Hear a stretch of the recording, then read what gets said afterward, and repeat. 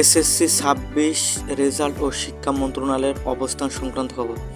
SSC ২০২৬ ফলাফলে বড় বিপর্যয়, অর্ধেকেরও বেশি পরীক্ষার্থী অকৃতকার্য, শিক্ষামন্ত্রীর জরুরি নির্দেশনা ও পরবর্তী পদক্ষেপ। এসএসসি ২০২৬ সালের সমমানের পরীক্ষা ফলাফলে অর্ধেকেরও বেশি পরীক্ষার্থী ফেল করেছে, এমন একটি নজিরবিহীন দুঃসংবাদে দেশজুড়ে অভিভাবক ও শিক্ষার্থীদের মধ্যে তীব্র উদ্বেগ ও হতাশা তৈরি হচ্ছে। ফলাফলে এই চরম বিপর্যয় অপ্রত্যাশিত পতনের পর তাৎক্ষণিকভাবে জরুরি পদক্ষেপ নিয়েছে শিক্ষামন্ত্রী। শিক্ষা বোর্ডের চেয়ারম্যান এবং শিক্ষা বিশেষজ্ঞ নিয়ে এক উচ্চ পর্যায়ের আপৎকালীন বৈঠক ডেকেছেন তিনি। বৈঠকে শিক্ষামন্ত্রী জানিয়েছেন, এই বিপুল সংখ্যক শিক্ষার্থী কেন অকৃতকার্য হলো তার মূল কারণ অনুসন্ধানে একটি উচ্চ ক্ষমতা সম্পন্ন তদন্ত কমিটি গঠন করা হবে।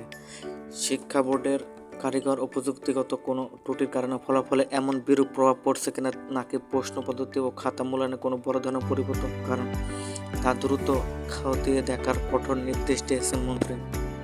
সামগ্রিক তদন্ত রিপোর্ট হাতে আসার পরে ক্ষতিগ্রস্ত শিক্ষার্থীদের জন্য বিশেষ কোনো পুনর্বিবেচনা বা পুনর্পরীক্ষার ব্যবস্থা করা হবে কিনা সে বিষয়ে চূড়ান্ত আনুষ্ঠানিক ঘোষণা দেবে শিক্ষামন্ত্রী।